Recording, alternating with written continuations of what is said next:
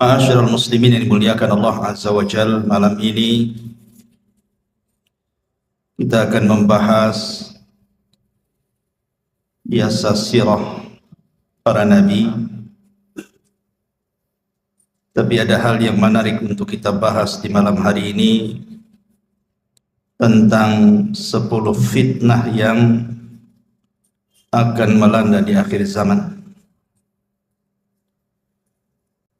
Ma'asyiral muslimin yang dimuliakan Allah Subhanahu wa taala. Hudzaifah ibn al-Yaman radhiyallahu an suatu ketika bermajlis dengan Amirul Mukminin Umar bin Khattab radhiyallahu an, sahabat-sahabat yang lain. Kemudian Umar radhiyallahu an mengatakan, ayyukum sami'a Rasulullah sallallahu alaihi wasallam yadhkurul fitan. Siapa di antara kalian yang mendengar dari Nabi sallallahu alaihi wasallam saat Rasul menyebutkan tentang fitnah-fitnah yang akan muncul? Faqala qaumun, maka sebagian para sahabat mengatakan, nahnu sami'na, ya kami mendengarnya. Faqala la'allakum ta'nuna fitnatar rajuli fi ahlihi wa jari. Maka Umar mengatakan, boleh jadi yang kalian sangkakan itu kalian mendengar soal fitnah seseorang, keluarga dan tetangganya. Maka sahabat yang lain mengatakan, ajal ya, tentu. Maka Umar mengatakan, tilka tukaffiruha as-salatu was-siyamu was-sadaqatu. Kalau hanya itu fitnah-fitnah yang kalian maksud, itu bisa dihapus dengan salat, puasa dan sedekah. Walakin, akan tetapi, kata Umar, yang aku tanyakan bukan itu. Ayyukum sami'an nabiyya sallallahu alaihi wasallam yadhkurul lati tamuju maujal bahri. Yang aku tanyakan adalah fitnah yang akan menghantam kalian seperti gelombang lautan yang akan menghempaskan kalian. Qala Hudzaifah, maka Hudzaifah berkata, fa askatal qaum. Maka sahabat yang lain pun terdiam. Faqultu ana, kata Hudzaifah, aku tahu. Qala, maka Umar mengatakan, anta lillah wa abu. Wahai Hudzaifah, demi Allah, ceritakan fitnah itu. Maka Hudzaifah ibn al-Yaman mengatakan, sami'tu Rasulullah sallallahu alaihi wasallam tu'radul fitan 'alal qulubi kal hasiri 'udan 'udan. Fa ayyu qalbin ushribaha nukitat fihi nuktatus sauda wa ayyu qalbin anqaraha nukita fihi nuktatun bayda hatta tasira ala qalbaini ala al-abyad misli as-safa fala tadurruhu fitnatun ma damatis samawati wal ardh. Wal akharu aswad murbadan kalkuzin muzakhiyah la ya'rifu ma'rufan wa la yunkiru munkaran illa ma ushriba min hawahu. Apa kata Hudzaifah?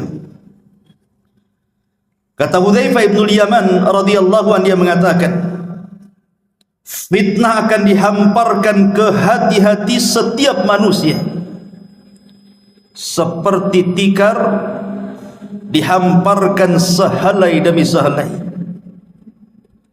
Maka hati mana saja yang akan menyerapnya, maka akan berbekas satu titik hitam padanya.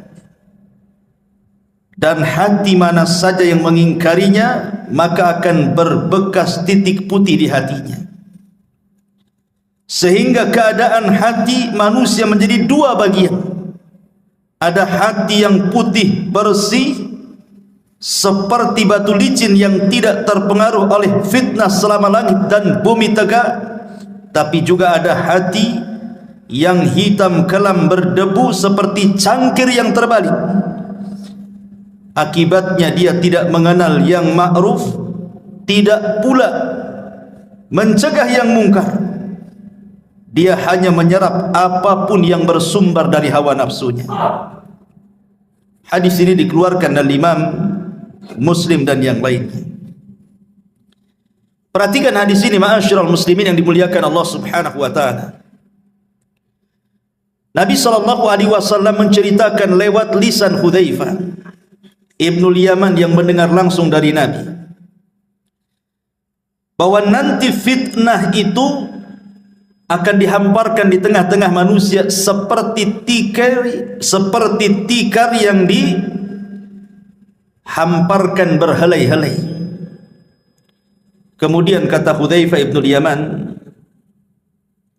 beliau mengatakan, fa ayyu qalbin ushribaha, siapapun yang kemudian punya hati dan menyerap fitnah itu, maka hatinya akan diletakkan titik hitam.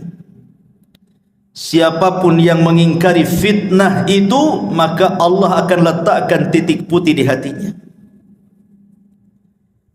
Di sini Nabi SAW mengisyaratkan bahwa di akhir zaman akan banyak fitnah yang muncul, dan fitnah itu mengotori hati setiap manusia kecuali orang-orang yang Allah rahmati.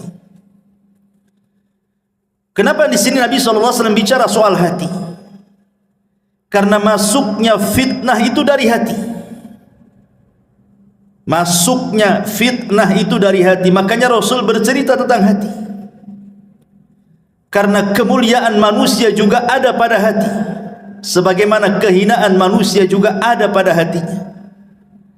Lihat ketika Allah Subhanahu wa taala bersumpah dengan wattini wazzaitun wa turi sinina wa hadzal baladil amin. Allah bersumpah dengan apa? Dengan dua buah. Yang pertama tin dan zaitun. Yang kedua bersumpah dengan dua tempat, Tur, maksudnya Bukit Tur di mana Musa mendapatkan Taurat, wa hadzal baladil amin, dan juga dengan Mekah. Apa kaitannya dua tempat dengan dua buah itu? Bukit Tur adalah bukit yang sangat suci, makanya Allah katakan muqaddasi Tuah, bukit yang disucikan. Dan Mekah juga negeri yang disucikan oleh Allah Azza wa Jalla. Lalu apa kaitannya dengan tin dan zaitun? Tin dan zaitun itu maksudnya diarahkan ke Palestina, karena di Palestina inilah banyak tumbuh tin dan zaitun, maksudnya Masjidil Aqsa. Jadi Allah bersumpah dengan tempat-tempat suci. Aqsa tempat suci, Bukit Tur tempat suci, Mekah juga tempat suci. Kemudian setelahnya Allah Subhanahu wa taala bicara soal kondisi dua manusia. Manusia yang pertama fi ahsani taqwim, sebaik-baik ciptaan, dan manusia yang kedua aradatnahu fi asfala safilin, manusia yang direndahkan serendah-rendahnya, bahkan boleh juga lebih rendah dibandingkan binatang. Dari sini menunjukkan bahwa kebersihan hati itu bisa mengangkat derajat manusia, dan kekotoran hati itu bisa merendahkannya. Makanya Allah mengatakan qad aflaha man zakkaha wa qad khaba man dassaha. Sungguh beruntung orang-orang yang membersihkan hati, dan sungguh rugi dan tidak beruntung orang-orang yang mengotorinya. Ma'asyiral muslimin yang dimuliakan Allah Subhanahu wa taala, dari sini kita bertolak bahwa nanti di akhir zaman hati kita akan diuji dengan berbagai macam fitnah. Kalau hati kita mudah mendapatkan fitnah, maka Allah letakkan titik hitam dalam hati kita. Ketika semakin banyak titik hitam itu, maka hati akan susah dapat hidayah. Makanya Rasul mengibaratkan kalkuzi muzahiyah, seperti cangkir yang terbalik. Anda tahu cangkir? Inilah cangkir. Ini cangkir. Kalau dibalik, maka tidak akan ada lubang di belakangnya. Walaupun kita isi air cangkir yang terbalik itu, air tidak akan pernah masuk ke dalam cangkir itu. Begitulah hati yang hitam, dimasuki hidayah dia tidak akan masuk.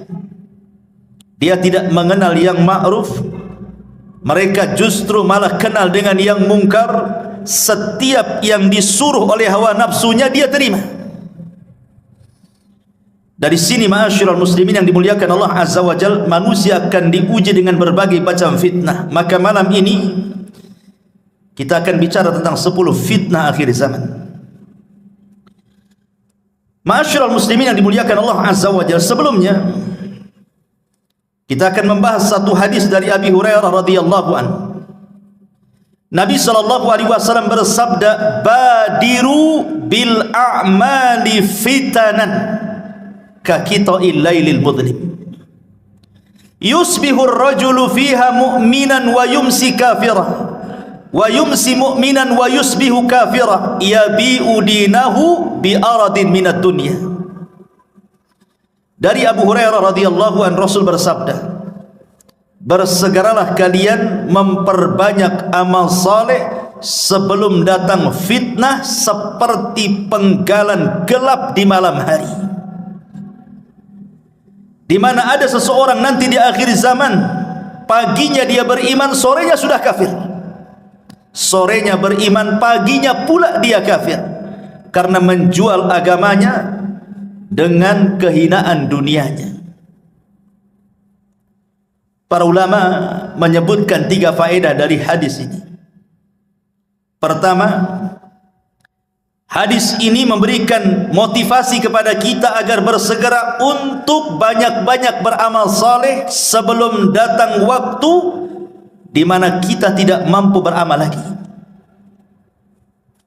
Di sini ada faedah agar kita segera beramal saleh sebelum datang waktu kita tidak bisa melakukannya.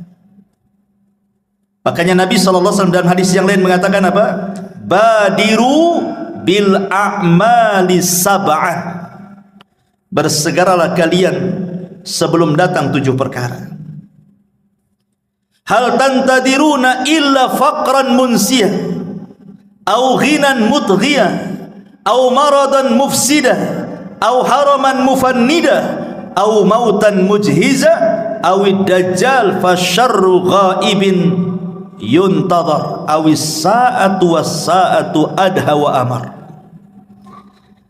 Kata Nabi sallallahu alaihi wasallam, beramalah kalian, bersegera beramal sebelum datang 7 perkara. Yang pertama, kefakiran yang melupakan. Kefakiran yang menjadikan lupa kepada Allah karena sibuk mencari dunia, lupa pula dengan ibadah. Atau kalau dia selamat dari kefakiran, belum tentu selamat dari kekayaan yang melampaui batas. Karena kekayaan itu bisa melupakan orang. Okelah dia selamat, dia kaya, dia pun taat kepada Allah Azza wa Jalla, belum tentu selamat dari yang ketiga, maradan mufsida, sakit yang membuat dia terduduk tidak bisa beramal. Kaya tapi tidak bisa sholat ke masjid, sakit.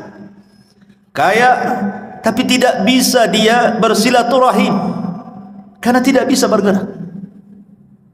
Oke, dia selamat dari sakit, belum tentu selamat dari yang keempat, haraman mufannida, pikun. Pikun yang melupakan segalanya. Oke, dia selamat dari pikun, tapi dia tidak selamat dari yang kelimanya, mautan mujahiza, mati mendadak, ketabrak, jatuh, mati mendadak. Atau mungkin dia selamat dari kematian mendadak, bisa jadi yang keenam, atau dia mendapatkan dajjal. Dan dajjallah seburuk-buruk fitnah yang tersembunyi yang ditunggu oleh setiap manusia. Oke, dia selamat dari dajjal, dia tidak selamat dari kiamat. Ini 7 perkara. Kata Rasul, bersegera beramal soleh sebelum datang 7 perkara ini. Kemudian faedah yang kedua dari hadis ini memberikan satu isyarat bahwa di akhir zaman nanti akan banyak terjadi berbagai macam fitnah, di mana datangnya fitnah ini beruntun, belum selesai yang ini datang yang itu, belum selesai yang itu datang yang lainnya pula. Makanya Nabi SAW juga mengatakan, badiru bil a'mali sittan, bersegeralah kalian untuk beramal soleh sebelum datang 6 perkara. Imaratus sufaha, munculnya para pemimpin-pemimpin jahil yang merusak agama dan dunia. Kasratus syurat, banyaknya keamanan negara karena banyak kerusuhan di mana-mana. Wa bai'ul hukmi, jual beli hukum di pengadilan, membayar pengacara, membayar saksi, menyogok hakim. Istighfafan biddima, murahnya sebuah darah, pembunuhan mudah sekali, seolah-olah yang membunuh tidak tahu kenapa dia bisa membunuh, yang dibunuh makin bingung kenapa bisa dibunuh. Au qati'atir rahim, banyaknya orang memutus silaturahim. Au nasyun yattakhiduna al-Qur'ana mazamir, atau Al-Quran hanya disamakan dengan nyanyian. Orang mengundang orang itu untuk membaca Quran hanya untuk dinikmati lagunya, bukan untuk ditadaburi. Yuqaddimuna ahadahum liyughanniyahum wa in kana aqalluhum fikha, hanya diundang untuk mengaji, dinikmati lagunya walaupun dia tidak paham soal fikihnya. Dan fitnah ini banyak, ini hanya sekelumit bahwa Rasul akan menjelaskan di akhir zaman akan muncul yang seperti ini. Ini belum selesai tumbuh yang itu yang selesai datang pula yang lainnya, dan begitu seterusnya. Dan yang ketiga, zaman kita ini ikhwan adalah zaman fitnah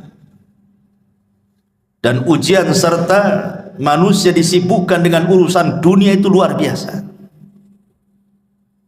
Dan ingat, kata Imam Ibnul Qayyim rahimahullah ta'ala mengatakan sumber fitnah itu 2, syahwat dan syubhat, dan itu berasal dari 4 perkara: iblis, dunia, pemikiran sesat, dan hawa nafsu. Inilah yang kita akan bahas. 10 fitnah ini bersumber dari 4 perkara, yang dikerucutkan lagi bersumber dari 2 perkara, syubhat dan syahwat. Ma'asyiral muslimin yang dimuliakan Allah Subhanahu wa taala. Yang pertama, fitnatul mal, fitnah harta. Mengumpulkan harta ikhwan tidak tercela. Tidak, Al-Quran dan Sunnah tidak mencela orang mengumpulkan harta. Karena manusia itu memang difitrahkan cinta dengan harta.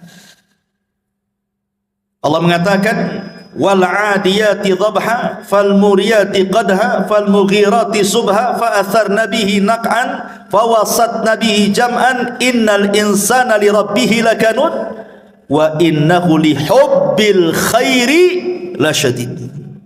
Manusia itu cinta kepada harta luar biasa. Artinya setiap manusia difitrahkan cinta harta. Tidak ada manusia yang tidak cinta harta. Dusta kalau ada orang enggak cinta harta itu. Semua orang cinta harta. Tetapi ma'asyiral muslimin, walaupun mengumpulkan harta tidak tercela secara mutlak, akan tetapi perlu diingat bahwa di dunia ini bukan tempat kita tinggal.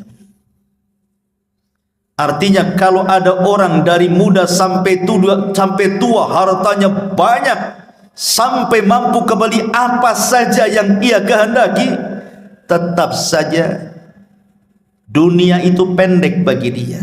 Ada masanya dia meninggalkan harta itu. Makanya Abdullah ibn Abbas radhiyallahu anhuma mengatakan, "Lau anna libni Adam wadiyan min dhahabin ahabbu an yakuna lahu wadiyani walan yamla'u fahu illa turab wa yatubullahu ala man tab." Kalaulah anak Adam ini meminta satu lembah emas dan Allah berikan, pasti dia berkehendak untuk mendapatkan lembah-lembah emas yang lainnya. Itulah fitrah manusia. Ada orang yang berkeinginan, saya kalau sudah punya rumah, punya kendaraan, punya ini, punya itu, sudahlah, saya akan tenang-tenang, saya akan menikmati. Rupanya tidak juga. Setelah keinginannya tercapai, rupanya makin gila lagi keinginannya. Begitulah harta, ikhwatu fiddin, muliakan Allah subhanahu wa ta'ala, menjadi fitnah. Fitnah bagi pemiliknya.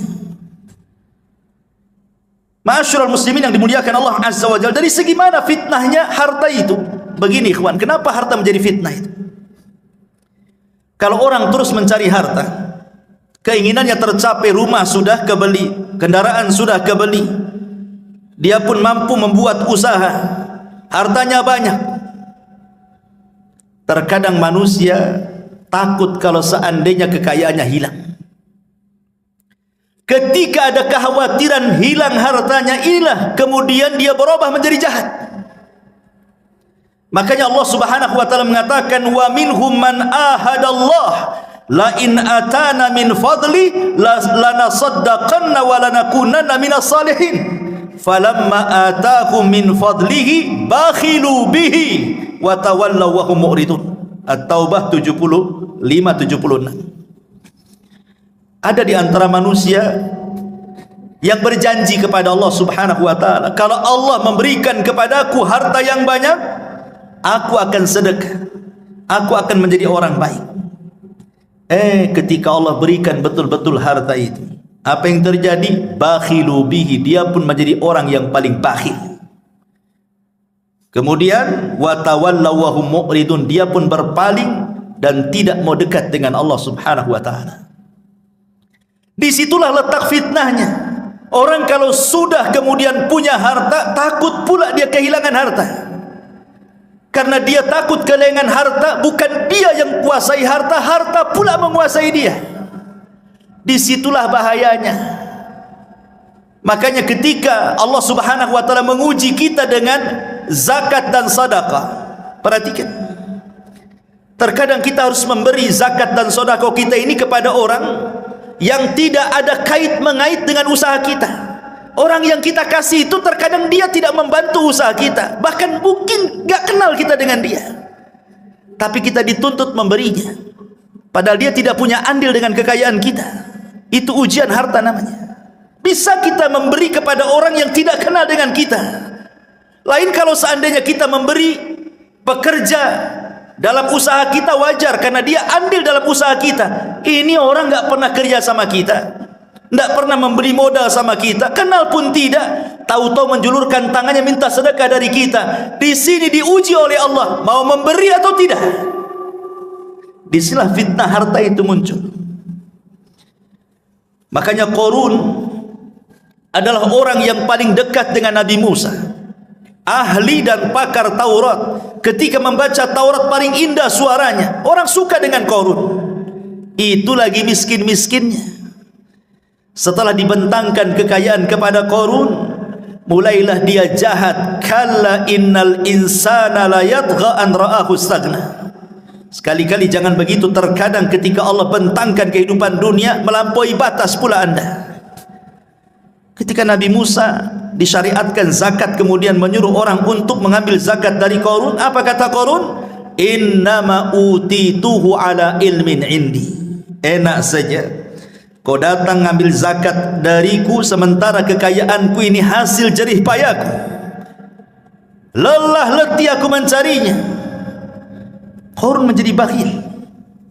Ma'asyiral muslimin yang dimuliakan Allah azza wa jalla, inilah fitnah harta yang sangat bahaya. Makanya Rasul mengatakan, likulli ummatin fitnah wa fitnatu ummatil mal. Setiap umat itu ada fitnahnya, dan fitnah umatku adalah harta, kata Nabi sallallahu alaihi wasallam.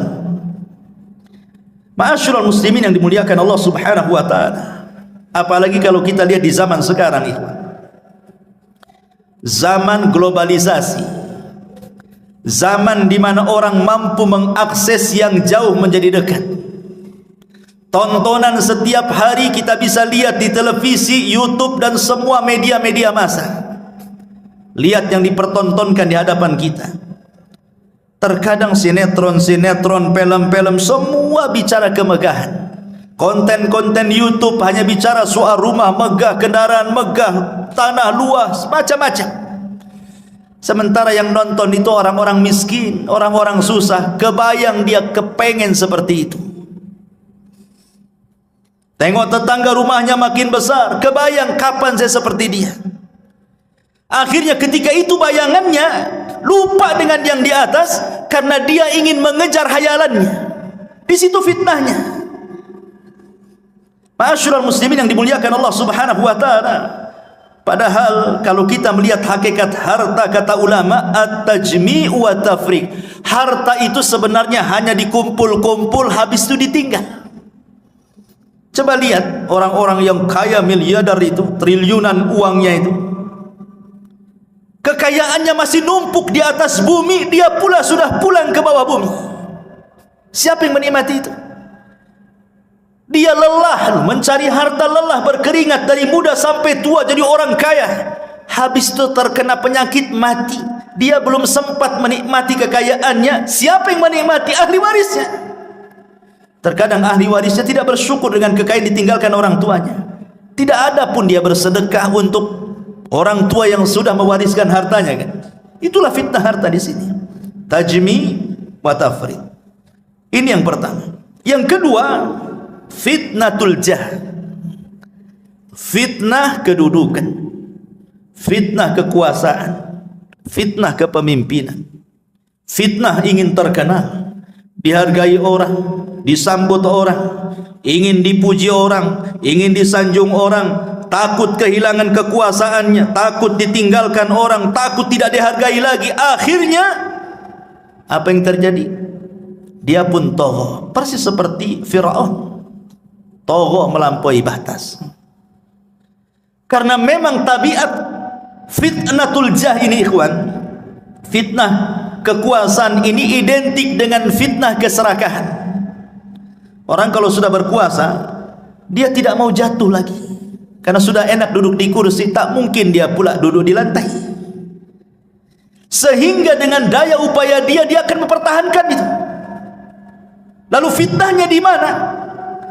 Fitnahnya di sini, ketika dia berpikir akan jatuh, dia sudah terbayang itu. Sudah tidak ada lagi acara-acara resmi kerajaan, pemerintah, tidak ada lagi sambutan-sambutan, tidak ada lagi sanjungan-sanjungan, tidak ada lagi pujian-pujian, tidak ada lagi, semuanya halaka anni sultaniyah, hilang kekuasaannya. Umar bin Abdul Aziz rahimahullahu ta'ala, ketika dia sedang sakit parah, dia minta dipapah ke kuburan.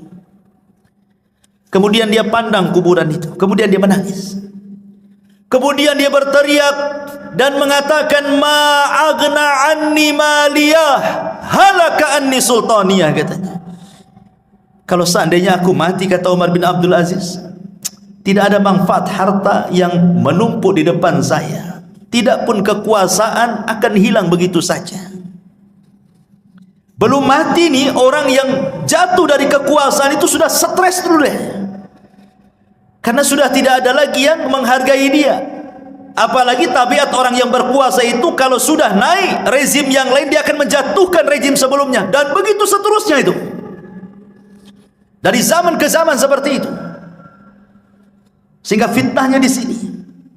Akhirnya kemudian menghalalkan segala cara, yang penting naik ke sana, mau sikut kiri sikut kanan, mau menzalimi orang, mengambil hak orang, enggak peduli dia. Yang penting aman kedudukannya. Ini fitnah, ini luar biasa.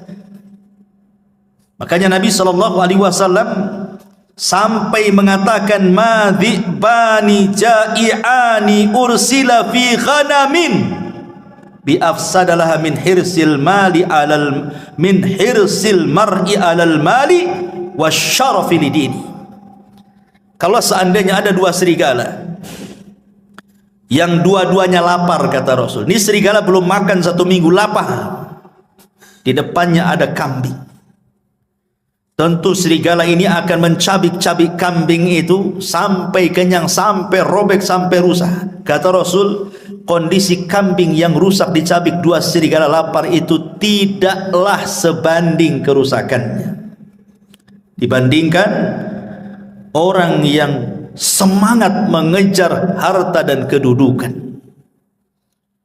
Karena kalau dua serigala ini hanya memakan satu kambing sudah kenyang, selesai. Tapi orang yang mengejar kedudukan, dia akan korbankan banyak orang. Dia akan korbankan, dia harus berdusta di situ.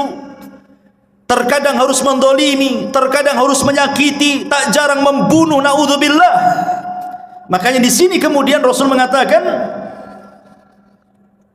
rusaknya kambing yang diterkam serigala tidak seberapa tuh dibandingkan kerusakan orang-orang yang mengejar kedudukan. Naudzubillah. Kemudian yang ketiga, fitnatuz zaujati wa fitnatul aulad. Fitnah pasangan hidup dan juga anak-anak. Di zaman Nabi SAW ada seorang sahabat yang ketika hendak hijrah ke Mekah, ke Madinah dari Mekah, dilarang sama istri dan anak-anaknya. Tidak boleh hijrah, masa kita akan tinggalkan tempat kelahiran kita. Akhirnya sahabat ini tak jadi hijrah karena dihalangi oleh keluarganya, digandoli oleh istri dan anak-anaknya. Tidak usahlah ikut-ikut hijrah ke Madinah itu. Kita sudah enak hidup di Mekah, kalau kita ke Madinah mau tinggal di mana? Bla bla bla bla, macam-macam mengeluh keluarganya. Tak jadi dia hijrah. Sudah bertahun-tahun. Akhirnya adalah kesempatan dia menyadarkan istrinya. Mau pula istri dan anaknya hijrah. Sampai di kota Madinah, dia merasa cemburu dengan kawan-kawannya yang dari awal sudah hijrah duluan. Mereka sudah menjadi alim ulama karena sudah bertahun-tahun belajar dengan Nabi SAW. Sebagian mereka sudah sukses dari segi dunia seperti Abdurrahman bin Auf, Utsman bin Affan, Abu Bakar dan yang lainnya. Dan mereka bertahun-tahun dekat dengan Nabi SAW. Menyesallah dia. Kenapa dia kemudian tidak hijrah bersama para sahabat sebelumnya? Coba kalau seandainya dia hijrah bersama para sahabat di awal hijrah, tentu aku pun meraih seperti yang apa yang mereka raih, katanya. Marah sama anak dan istrinya. Gara-gara engkau mungkin bahasa kitanya.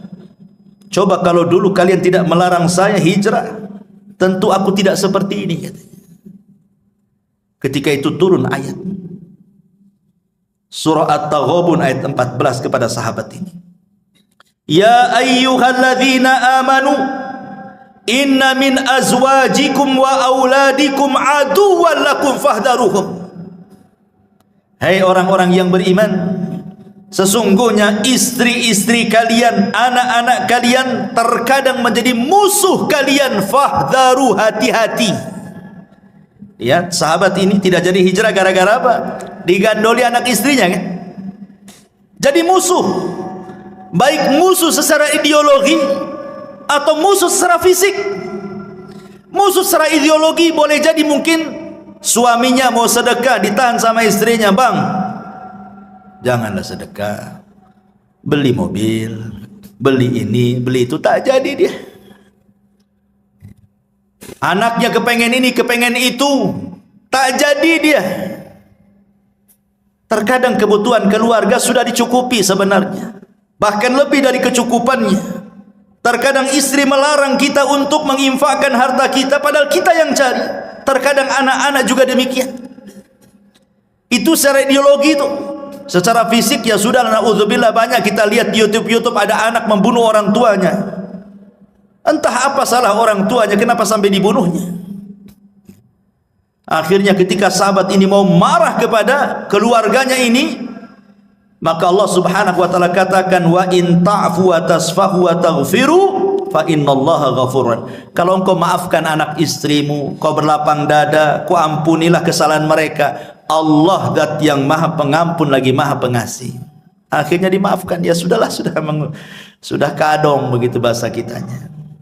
Lihat, karena begini ikhwan, fitnah istri dan anak-anak itu terkadang kita ini mencintai Allah dan Rasulnya. Kita orang Islam pasti kita cinta dengan Allah, cinta dengan Rasulnya. Tapi terkadang kecintaan kita kepada Allah dan kepada Rasulnya ini tidak lebih besar dibandingkan kecintaan kita kepada istri dan anak kita. Itu masalahnya. Buktinya saja, ada orang kepala rumah tangga lah, anaknya tertidur di waktu subuh. Mungkin anak itu baru safar dari mana gitu, sudah besar anak itu. Kemudian malamnya ngobrol sampai kemudian dia baru 1 jam subuh baru tidur. Kemudian bapaknya ingin bangunkan anak itu sholat subuh. Apa kata istrinya? Janganlah pak, kata. Anak itu baru datang capek, baru 1 jam dia tidur. Biarkanlah dia tidur, kata. Akhirnya kemudian suaminya sholat subuh sendiri, anaknya ngorok sampai terbit matahari. Kenapa orang tua ini membiarkan anaknya seperti itu? Karena sayangnya dia kepada istrinya dan sayangnya kepada anaknya. Itu di dunia. Di akhirat dia tidak sadar anak itu yang menyeret dia ke neraka. Ma'asyiral muslimin yang dimuliakan Allah Azza wa Jalla. Terkadang kita bapak-bapak ini dibuat durhaka dengan orang tua gara-gara istri. Banyak laki-laki yang durhaka dengan orang tua gara-gara istrinya. Padahal hak kita kepada orang tua itu porsinya lebih besar dibandingkan hak kita kepada istri kita. Kalau seandainya ada uang 1 juta, kemudian di situ ada 2 orang, 1 orang tua, 1 istri, kemana uang ini saya sedekahkan? Kata Rasul, Allah berfirman, yas'alunaka madza yunfiqun. Qul ma anfaqtum min khairin falil walidaini. Mereka bertanya-tanya kepadamu wahai Muhammad, kalau saya punya uang kemana saya sedekahkan? Maka katakan ya Muhammad, kata Allah, sebaik-baik sedekah itu berikan kepada orang tua. Tetapi berapa banyak istri yang mempengaruhi kita, akhirnya kita durhaka dengan orang tua kan? Sampai ada seseorang itu curhat dengan saya, menangis nih seorang suami, karena dia lelah bekerja, dia harus sembunyi-sembunyi loh itu nyisipkan uang gajinya, karena setiap gajian langsung disambar istrinya. Jadi sisihkan sedikit-sedikit hanya untuk mengirim orang tuanya. Nangis dia. Kenapa harus izin sama istrinya? Dia yang cari kerja. Tidak boleh seorang suami seperti itu, dan tidak pun layak istri seperti itu. Masa kemudian suami disudurhaka dengan orang tuanya? Itulah kadang-kadang fitnah istri seperti itu kan. Atau lebih daripada itu, dibuatnya kita ini memutus silaturahim dengan kerabat. Setiap mau ngirim, mau ngasih bantuan, istri pula tak boleh kan. Akhirnya terputuslah silaturahim. Naudzubillah. Terkadang juga bisa bertengkar dengan tetangga loh gara-gara istri dan anak-anak kan Pak ya. Padahal yang salah anak kita sebenarnya. Kalau kita mau meneliti kasusnya, yang salah itu anak.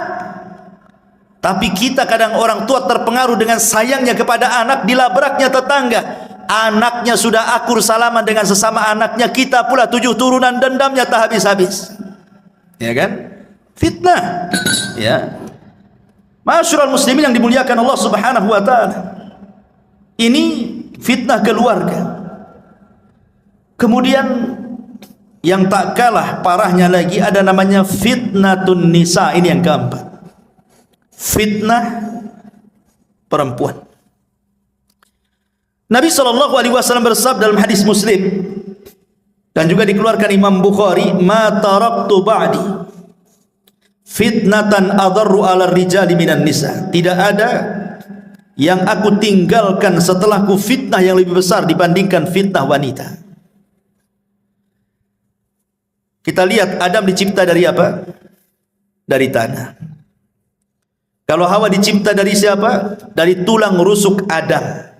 Ahli tafsir mengatakan saat Adam tertidur, diambil tulang rusuk yang paling bengkok, yang paling atas, yang dekat dengan jantung, diambil kemudian diciptakan Hawa. Kenapa saat tidur Adam diambil tulang rusuknya? Supaya Adam tidak benci dengan istrinya.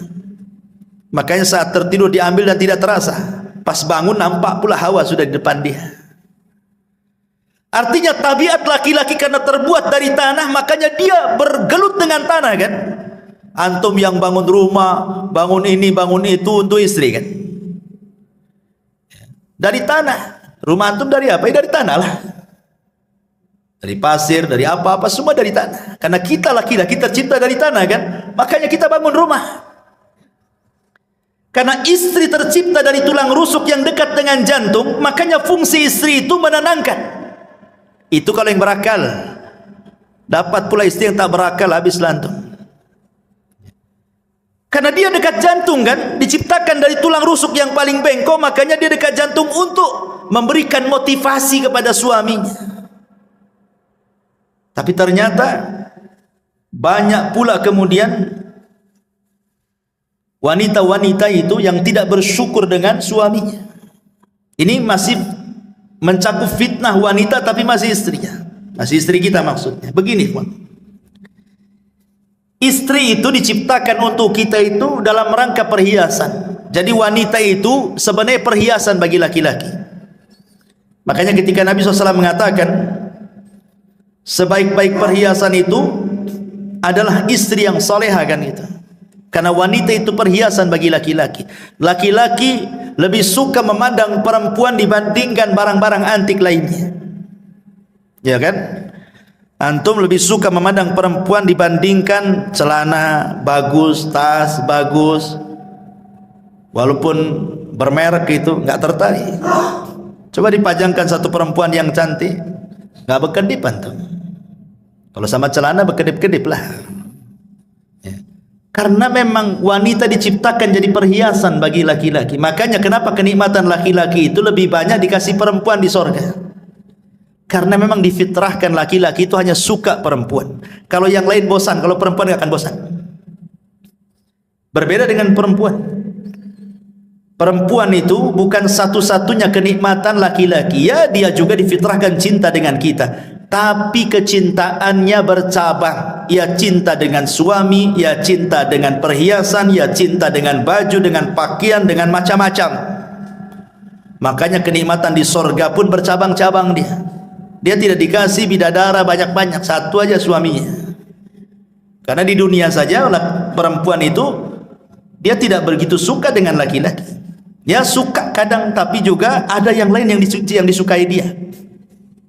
Makanya lihat perempuan itu kalau antum kasih hadiah baju senang luar biasa kan.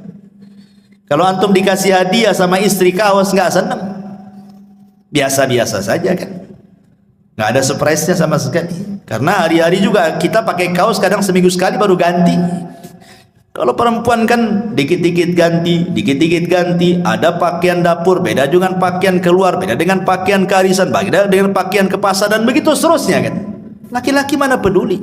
Mau keundangan ya itu, mau sholat ya itu, mau tidur ya itu gitu. Gak peduli dia. Ma'asyiral muslimin yang dimuliakan Allah Azza wa Jalla, masalahnya ikhwan, di mana letak fitnah nih perempuan? Yang dimaksud dalam hadis ini, maksudnya di sini bukan istri kita, tapi perempuan yang tidak ada kait mengait dengan kita.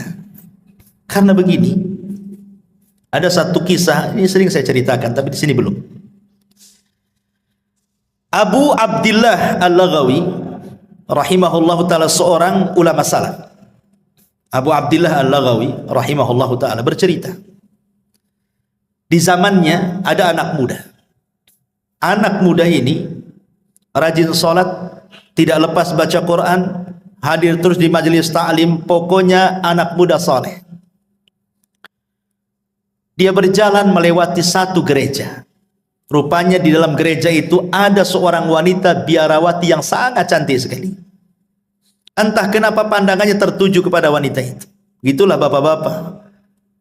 Ya, tak sabar kalau melihat yang bening-bening, langsung dituju matanya ke situ. Akhirnya kemudian setiap hari lewat gereja itu, setiap itu pula dia menatap wanita itu. Setan masuk, panah cinta masuk ke yang perempuan dan masuk pula ke yang laki-laki. Akhirnya mulai saling mengirim surat karena tidak berani dia mendekat gereja. Surat dibalas surat, perjanjian dibalas janji, ketemu dibalas ketemu, akhirnya ngobrol, jatuh cinta, kemudian kepengen menikah. Cintanya kuat luar biasa. Masalahnya, yang satu muslim, yang satu Nasrani, biarawati lagi, tidak bisa menikah kecuali dia keluar dari petugas gereja. Sakitlah anak muda ini karena terus terpikir dengan wanita itu. Sampai akhirnya sakitnya memarah, tidak mau makan, tidak mau minum, kurus, akhirnya sampai ke sakaratul maut. Mati gara-gara cinta. Sebelum dia mati, ini Abu Abdillah Al-Laghawi ini menceritakan kisah ini. Dia datang, dia mengatakan, zurtu ilaih, aku menziarahi laki-laki itu. Kemudian aku ajak dia berdakwah menuju kepada Allah, mengingatkan rahmat Allah untuk bertobat kepada Allah Azza wa Jalla. Tapi di luar pemikiran Abu Abdillah Al-Laghawi, rupanya laki-laki ini mengatakan, ya Imam, kamu tahu kasusku dengan wanita itu, katanya. Aku cinta berat dengan wanita itu, katanya. Dan aku tidak mungkin dipisahkan dengan wanita itu. Kalau Allah Subhanahu wa ta'ala haramkan aku tidak berjumpa di dunia, maka jangan pula Allah haramkan aku berjumpa di akhirat, katanya. Kata Imam Abu Abdillah, lalu bagaimana caranya? Kau akan berjumpa di akhirat? Di luar pemikiran Abu Abdillah, tiba-tiba dia mengatakan, kafartu bidini wa amantu bidiniha. Ya Imam, saksikan sebelum wafatku, aku kufur dengan agamaku dan aku beriman dengan agama wanita itu, katanya. Dikiranya dengan cara seperti itu dia akan berjumpa di akhirat. La haula wa la quwata illa billah. Masalah ini oleh Imam Abu Abdillah Al-Laghawi disembunyikan, tidak mau diceritakan sama orang. Sampai setahun berlalu. Rupanya nasib wanita itu sama pula dengan nasib laki-laki ini. Dia kepikiran laki-laki itu. Akhirnya kemudian kurus kering, tidak makan, tidak minum, sakit sampai pun hampir sakaratul maut. Ini Abu Abdillah Al-Laghawi ini mencoba ziarah kepada wanita itu yang masih Nasrani itu. Karena sakit parah memikirkan si bujang tadi. Kemudian kata Imam Abu Abdillah, "Masya nukia fulana, ada apa dengan kamu? Kenapa seperti ini?" Kata wanita ini, "Engkau sudah tahu kasusku dengan anak muda muridmu itu, wahai Imam. Aku cinta dengan dia. Janganlah Allah Subhanahu wa ta'ala pisahkan aku di akhirat. Sudahlah Allah pisahkan aku di dunia, jangan pula Allah pisahkan aku di akhirat." Kata Imam Al-Laghawi, lalu bagaimana caranya? Amantu bidinihi wa kafartu bidini. Aku beriman dengan agama dia dan aku kufur dengan agamaku. Subhanallah, terbalik-balik. Lihat, dia sudah Allah pisahkan di dunia, Allah pisahkan pula di akhirat. Nggak ketemu tuh. Di dunia sudah dipisahkan, di akhirat pun dipisahkan. Kenapa? Yang satu mukmin, yang satu kafir, kan gitu ya. Begitulah takdir, ikhwan. Istidraj syaitan namanya. Hati-hati. Ya. Makanya dulu saya punya tetangga, kan pernah cerita di sini. Saya masih tinggal di Batam Center itu. Kasusnya kurang lebih dengan kasusnya yang diceritakan Abu Abdillah Al-Laghawi ini. Tetangga, depan-depanan rumahnya. Dia seorang wanita muslimah menikah dengan laki-laki Nasrani karena kaya. Akhirnya dia masuk Nasrani wanita ini. Sampai punya anak banyak.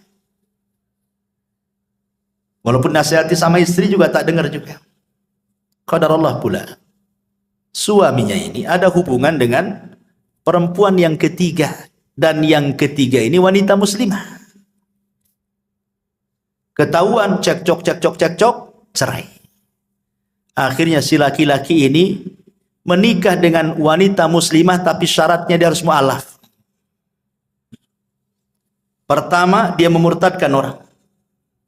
Sekarang dia menikah dengan wanita muslimah, dia pula yang murtad dari agamanya masuk ke dalam Islam. Terbalik-balik dunia, ikhwan. Inilah dunia dalam berita.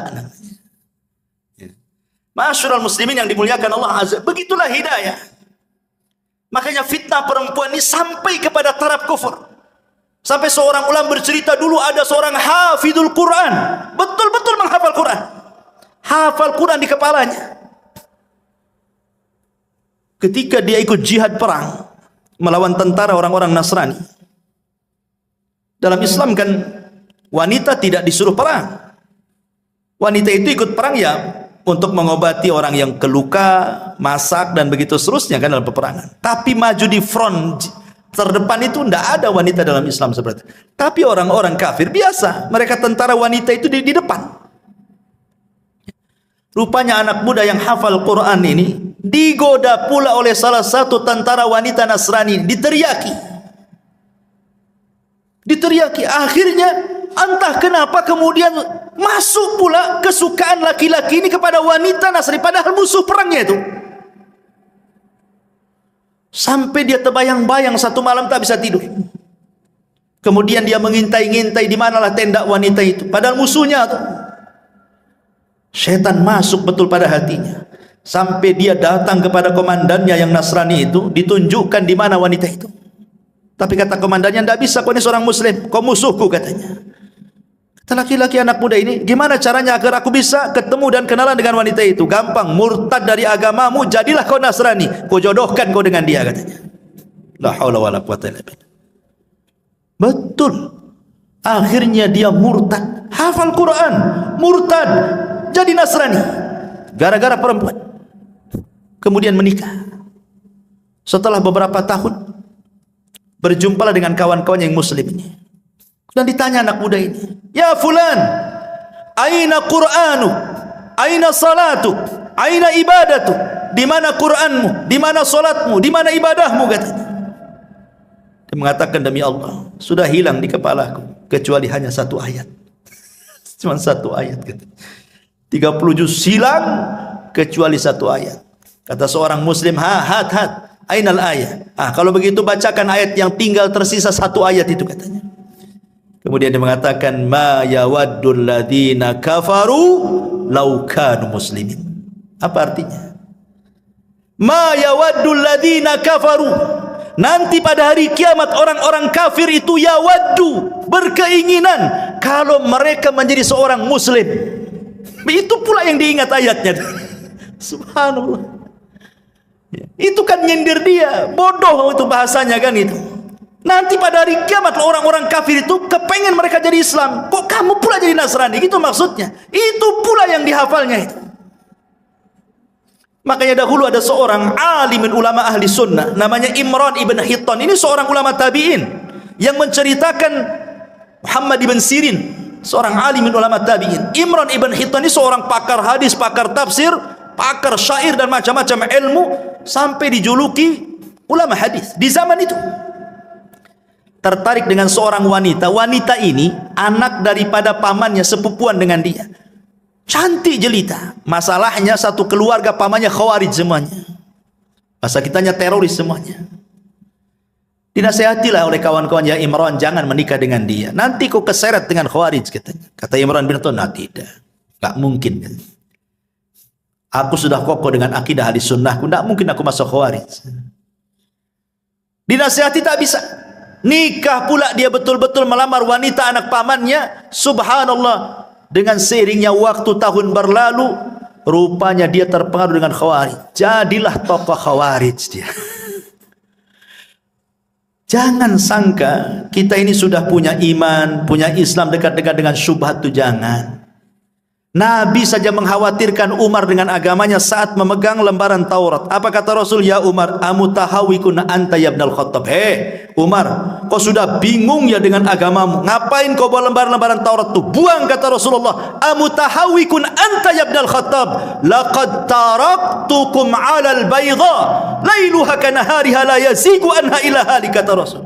Aku loh tinggalkan Islam ini terang benerang, malamnya seperti siangnya, yang tidak berpaling kecuali hancur. Kau pula bawa lembaran Taurat. Buang wahai Umar. Dibuang sama Umar. Sekelas Umar dikhawatirkan agamanya sama Nabi. Siapa yang bisa membandingi Umar bin Khattab dengan kita? Yang kalau dia satu jalan dengan setan, setannya yang kabur. Yang kata Nabi SAW, kebenaran yajri ala lisanihi wa qalbi, berjalan di lisan dan hatinya. Yang dikatakan Nabi SAW, setiap umat itu ada mulham, dan mulhamnya umat adalah Umar bin Khattab. Setiap pendapatnya turun wahyu, tapi masih dikhawatirkan agamanya sama Nabi kan. Jangan macam-macam dengan syubhat dan syahwat itu.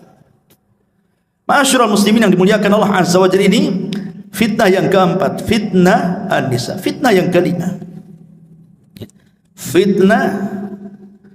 fitnatul at-tughyan wa dhulmi.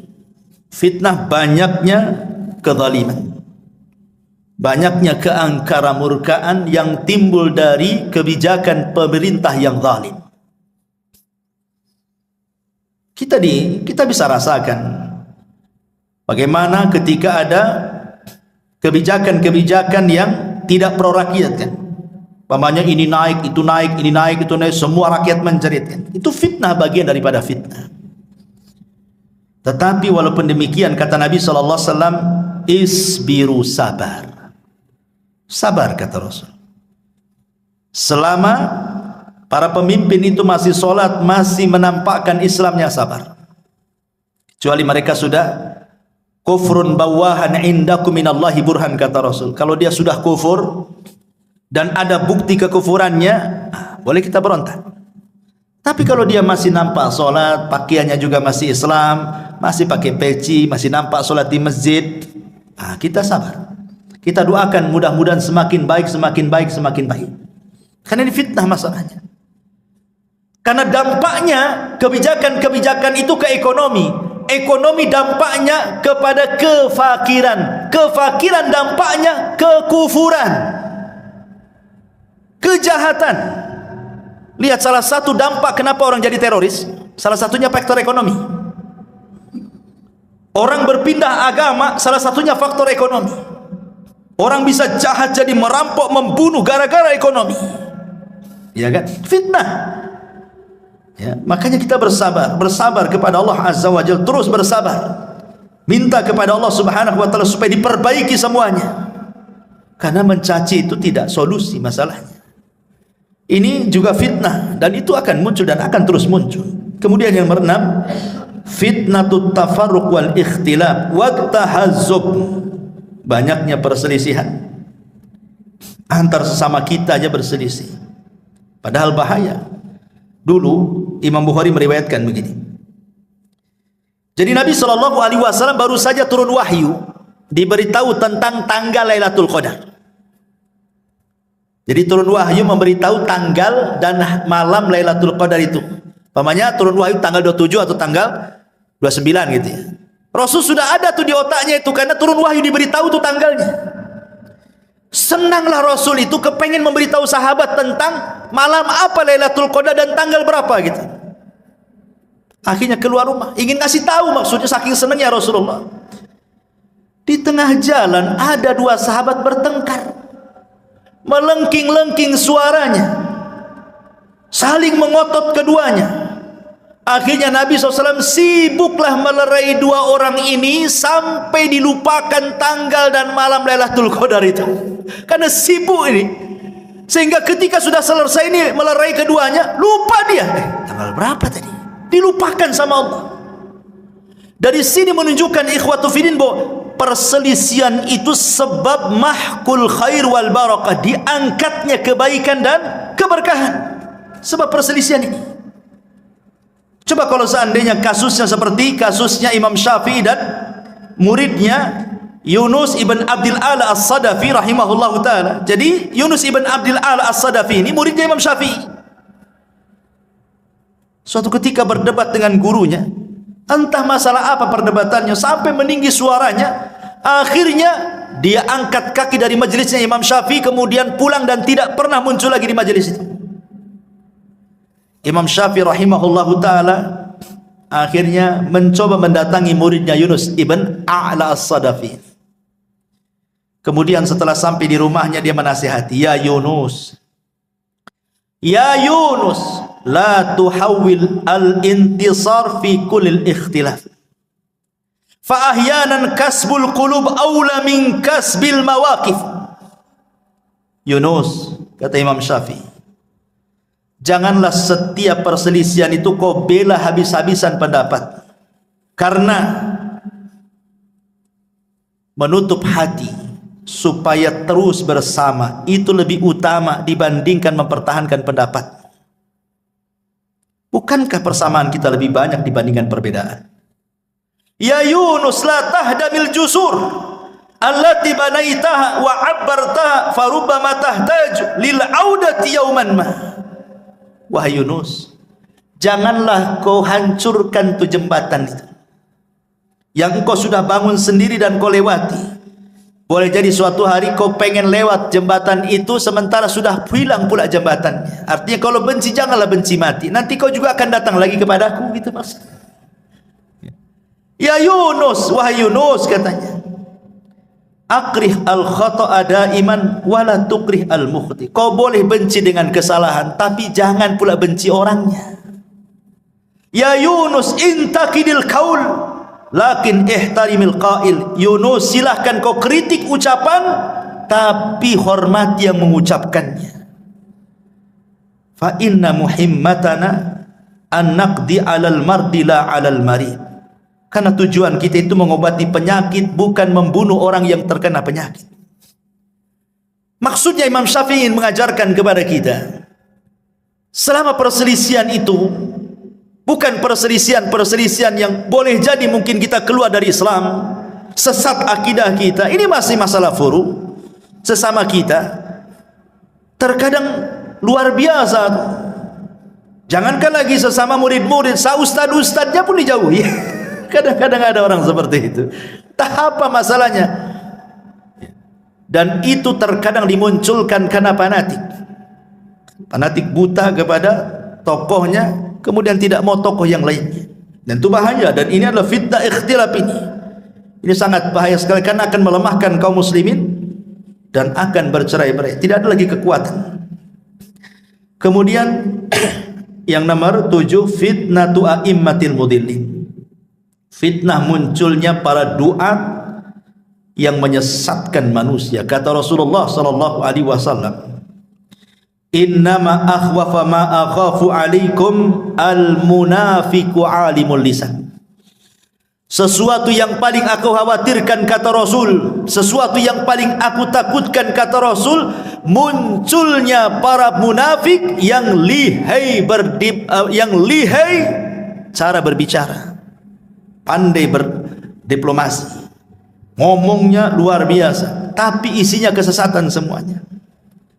Makanya kita kadang-kadang lihat YouTube kan, banyak kali jadi ustad-ustad dadakan itu, macam-macam itu seruannya. Sampai saya pernah ceritakan kan, ada seorang dai di Malaysia itu sampai mengklaim dia bisa menyelamatkan murid-muridnya dari neraka kan. Masuklah ke jamaah saya, kalau kalian masuk neraka akan kulempar serbanku, tinggal tangkap ku masukkan ke surga, katanya. Enak kali masuk surga, ada jaminan pula masuk jamaah dia. Ini multi level marketing atau ajaran Islam ini? Mau cari-cari banyak orang? Bukan begitu. Bukan semudah orang itu naik surga. Naik surga itu darajat, naik susah. Kalau nerakanya darokat, tinggal jegur saja. Tak perlu belajar masuk neraka itu, tak perlu sekolah tinggi-tinggi. Beli saja minum khamar, minum, masuk neraka.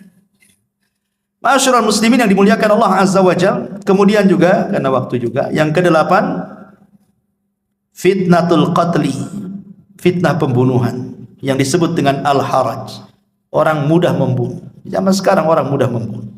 Kata Nabi SAW, al-qatil la yadri fima qatal wal maqtulu la yadri fima qutil. Orang yang membunuh bingung kenapa dia bisa membunuh, orang yang dibunuh pula bingung kenapa pula bisa dibunuh. Enggak jelas alasannya, main bunuh-bunuhan begitu saja. Gara-gara waris, ya kan? Gara-gara masalah utang piutang, bunuh-bunuhan. Gara-gara soal dendam, bunuh-bunuhan.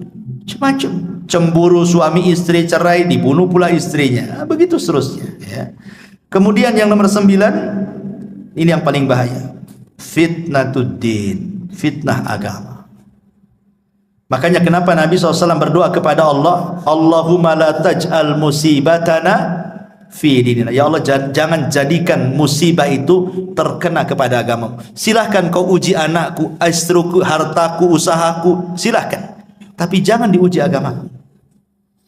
Karena kalau sudah yang diuji agama ini bahaya. Orang bisa kufur, bisa syirik, bisa macam-macam, enggak akan bahagia dunia akhirat. Makanya banyak-banyak berdoa kepada Allah, Allahumma la taj'al musibatana fi dinina. Ya Allah, jangan kau jadikan musibahmu menimpa agama. Dan yang terakhir tentu fitnah yang merangkum semua fitnah. Apa itu? Fitnatud Dajjal. Ini merangkum semua fitnah. Makanya surah Al-Kahfi itu Allah Subhanahu wa taala menceritakan tentang kisah Dzulqarnain. Bicara soal kekuasaan. Allah bicara tentang kisah Ashabul Jannatain, tentang harta dua kebun yang kufur. Kemudian yang ketiga kisah tentang Nabi Khidir dan Musa, kisah tentang ilmu. Kemudian kisah Ashabul Kahfi, kisah soal agama. Karena fitnah itu bisa saja dari agama, bisa saja dari dunia, bisa saja dari kekuasaan, bisa saja dari pemikiran. Dan itu ada pada Dajjal. Makanya kenapa kita disuruh membaca surah Al-Kahfi? Karena terangkum 4 fitnah ini ada pada Dajjal.